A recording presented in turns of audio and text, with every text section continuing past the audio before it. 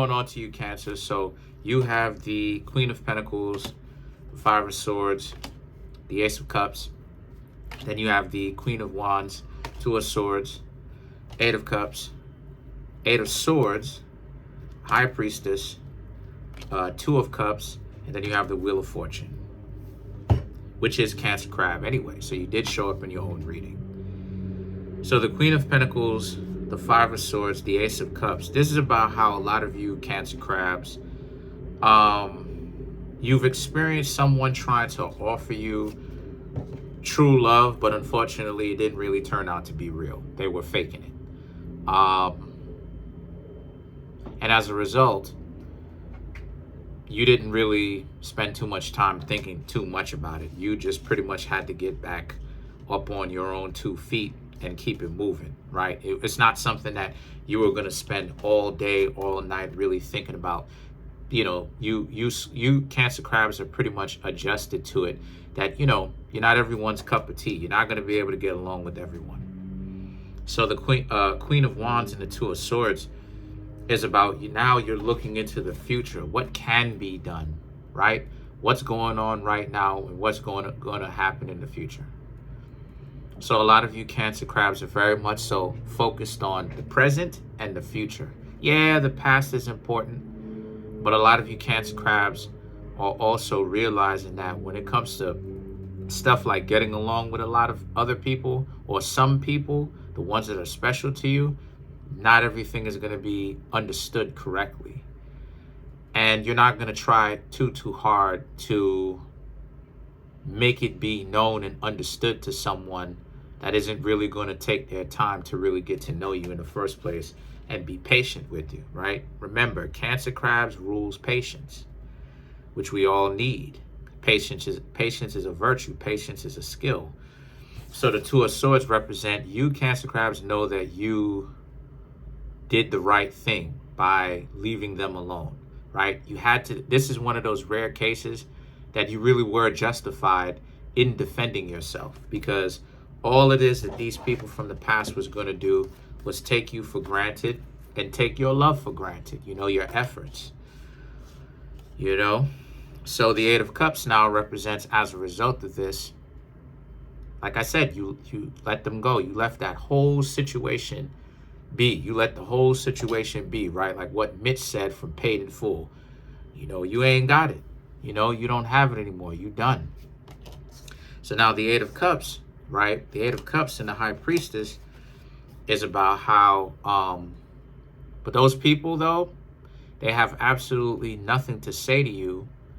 Not because they're so angry at you. Yeah, that's a part of it. But those people, it's really more so about how dysfunctional they really are, and that they're really done with their own nonsense, right? Because they've been humbled.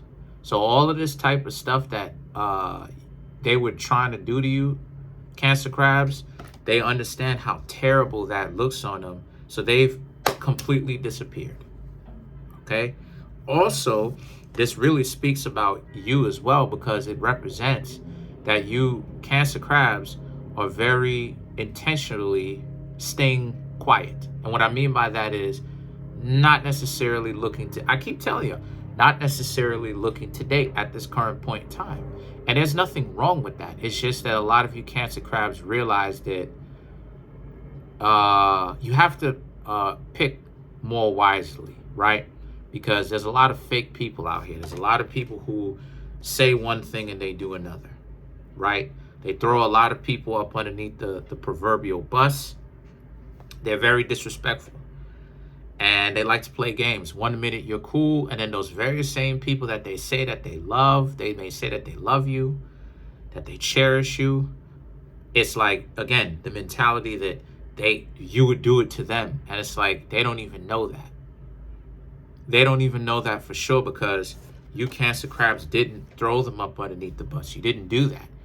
That's the delusion that they're dreaming up in their own mind. And that's what caused them to be so dysfunctional to you in the first place, because there's no way that you Cancer Crabs was this good to them. But then the Two of Cups and the Wheel of Fortune is about how, yeah, they squandered that opportunity. And it's not like you Cancer crabs are holding grudges against it. The Wheel of Fortune just represents you're still in the process of learning how to let go, because a lot of you Cancer crabs really do want to get to know people for real. And for a little while there, if you go back to some of my Cancer crab readings, I was actually talking about how you may have met someone, and this is some people that you already knew, that you already had a working, functional friendship relationship with these people that you really could have talked to, right? Go back and watch some of my Cancer crab videos. I definitely encourage you to do that. Watch all of my Cancer crab videos. Watch all my videos. Watch as many videos as you like. And you can kind of see the build up to this, to where these are people that's supposed to have your back, but for some odd reason, they started to show that they really weren't built for a relationship like that. So let's clarify the Wheel of Fortune.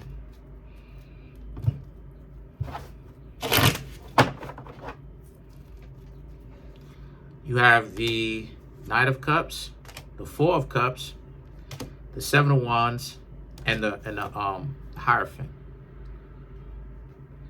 At the end of the day, you Cancer crabs are going to still be the people who you are, still going to be striving to get that emotional. You're still going to be better overall, is what I'm trying to say. You're still going to be striving to be more decent than what you were.